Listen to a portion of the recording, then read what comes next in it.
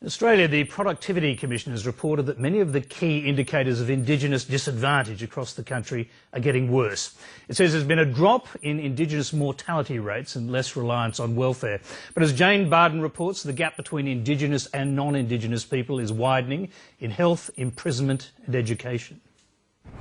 Governments are trying to reduce Indigenous disadvantage with programs like building new houses in the Northern Territory. The Productivity Commission has found the billions of dollars spent are barely scratching the surface. We have an enormous distance to go before we can claim to be succeeding in closing the gap in a lot of areas.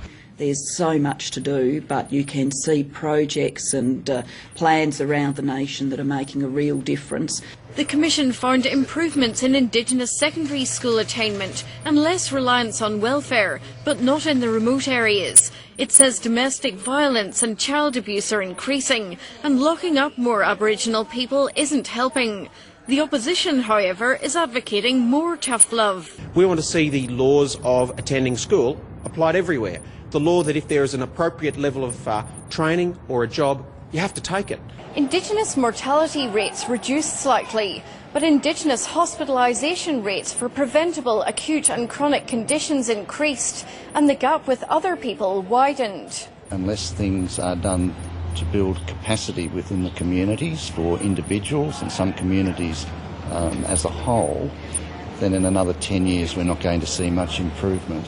Indigenous organisations also want more investment in community-run programs. In terms of moving into full-time employment, sending children to school, putting in skills that are necessary for families to function.